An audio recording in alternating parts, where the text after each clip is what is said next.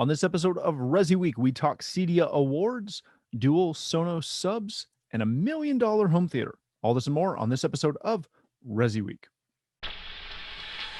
The network for the AV industry. What are you listening to? This is AV. This is AVNation. This is AVNation. This is ResiWeek, episode 254, Manufacturer Crisis. Support for AVNation is brought to you by Blackwire Designs, the go-to distributor for the CI industry with an extensive product lineup backed by unmatched sales and system support. Anytime dealers need it, even after hours or on the weekend. And by Daylight, the leading producer of high-quality projection screens worldwide. Welcome to this episode of ResiWeek. This is your weekly roundup of all the latest news and stories for the residential AV industry. I'm your host, Matt D. Scott for AVNation.tv. And this week, we were pleased to be joined by three of my good friends. First, we have Miss Jamie Briesmeister. She is the CEO and boss lady at Integration Controls, who just, and I think I get this right, you guys just had your 16th year anniversary, correct? Yes. Congratulations. 16. Thank you. That is we can awesome. legally drive now. So there you go. Yes. Feels good. Excellent. No more learner's permit for you guys. You're Right. done. Next up, we have Mr. Henry Clifford. He is the president and he's the president of Livewire and the co-founder of Parasol. How are you, my friend? Great, Matt. Thanks for having me on the show. It's great to be with you. Hey, we are so glad you are here. And last but certainly not least, we have Mr. Mitchell Klein. He's the executive director at the Z-Wave Alliance. How you doing, bud? I'm doing great. Love to be back, especially here with Jamie. And, this is pretty awesome stuff. Always love coming back. And Henry, too, of course. I'm Henry, yeah. I'm sure you were I already getting there. assumed Henry, right. Sorry, Henry. Oh, that's fantastic. All right, ladies and gentlemen, let's get into our first story of the day. CEDIA is open or has opened their 2021 CEDIA Award entries. We mentioned this at the top of the show last week, but there is a full big article on it now. Entries will be accepted between now and April 2nd, so you've got lots of time, no matter where you are in the globe, to get those in. Because they are accepting, as we said, projects from the Americas, EMEA, and the Asia Pac regions as well. There are a bunch of product categories, as well as a couple important dates there in that article from Residential Systems. Jamie, let me start with you on this. This is going to sound like a really simple question, but it's a little bit more nuanced. Who should enter the awards? We continually think that the awards should only be, maybe should is the wrong term, but that the awards are for those ultra high-end projects. But we know CEDIA has worked over the last couple of years to try and bring the barrier to entry down a little bit.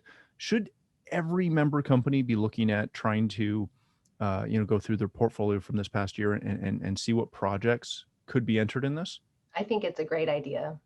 For a lot of reasons. I mean, I don't think that it's I don't think it's bad to have maybe an award to look forward to, or to have a stellar project to enter into an award if you've done a stellar project or one that's stellar for you.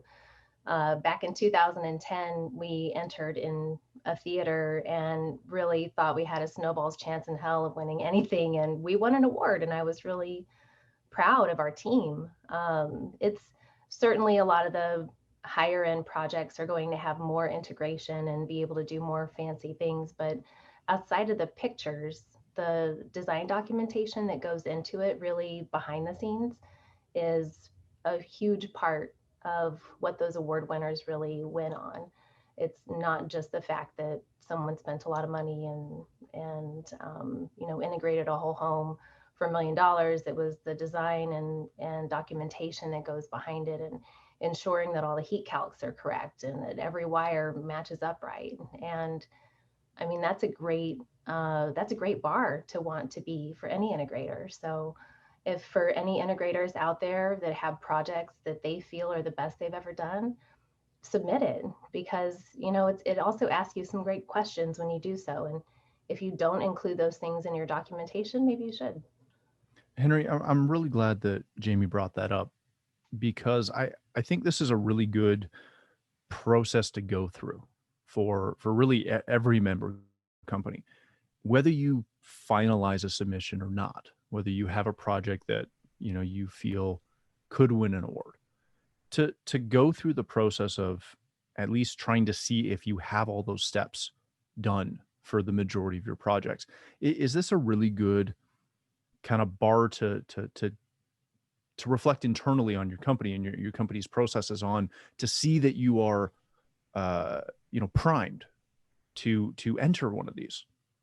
Yeah, we always talk about manufacturing crisis at Livewire, and the awards is a great way of manufacturing crisis, because I can remember the first time we entered, and it was eye-opening to see the fit and finish required from a submission perspective. And so it made us sort of step back and say, wow, and audit ourselves internally and realize we didn't have some of the processes in place that we really should. So I love that it's there as a beacon, as a true north, as a means of reflection for us to say, hey, here's the best of the best.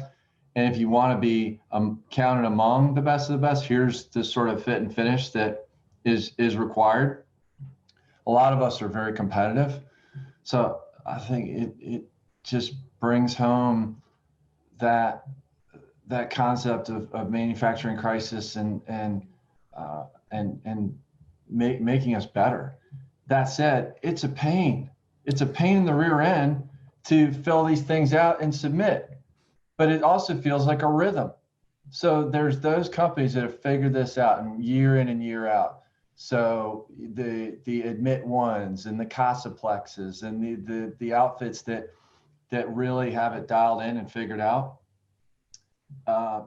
And as a result, I guarantee you peer inside their businesses. What was the chicken and egg? They have their act together because they applied, or they win awards because they had their act together. Does it even matter? The point is that the awards really, I think it's a good sort of self-enforcement cyclical deal. But if it's always been a challenge and you're watching this show and saying it's just a pain, I got to hire a photographer and I got to remember everything we did. Yes, it's a pain. I don't think it's meant to be easy, but getting in the ring and getting in that rhythm, I think there's something to that. And Yeah. good for CEDIA for having that true north. It's not a participation award. And so good for us as an industry. And by the way, speaking of CEDIA, I want to give a shout out to Giles Sutton for being named co-CEO of CEDIA. Oh, yeah. So I'm going to shut up now. First of all, before we get to Mitch for a second, if you don't hire a professional photographer, please start. We're tired of seeing your blurry shots on Instagram. You're killing me, man. Hey, Mitch, listen, sometimes it's more difficult to submit a project than to actually do the project itself. Just buy yourself a really good iPhone, one of the new ones. And maybe you could just take the pictures yourself. Just hold it steady.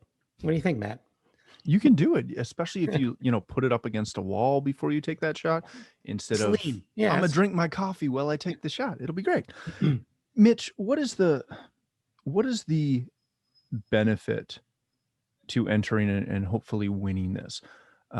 Henry alluded to some companies that they've got it down. They've got a system in place. They enter every year.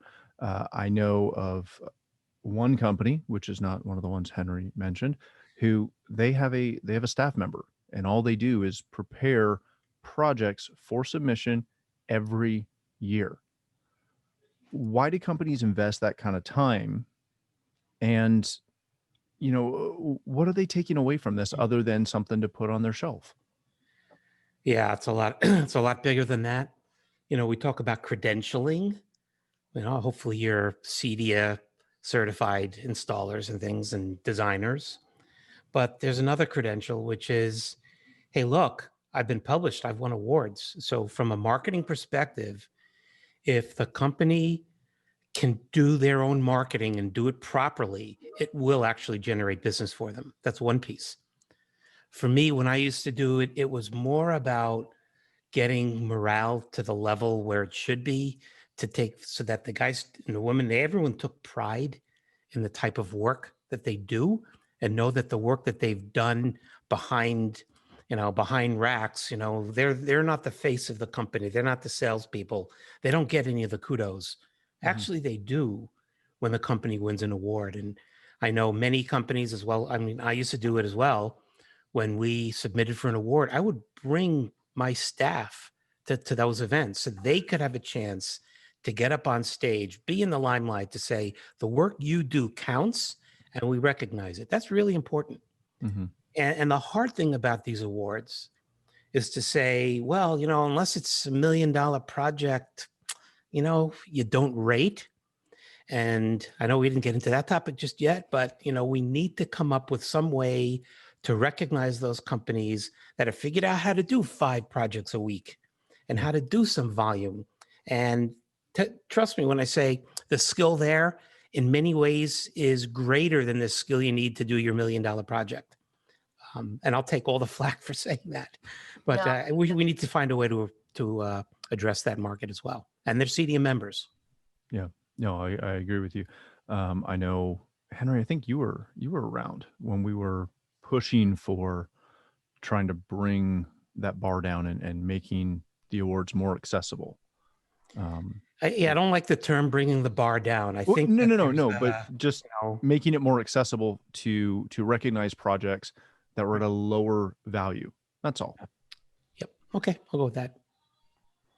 Hey, thanks for watching the first segment of this week's episode. To catch the entire show, please click the link below or visit avnation.tv. That's avnation.tv.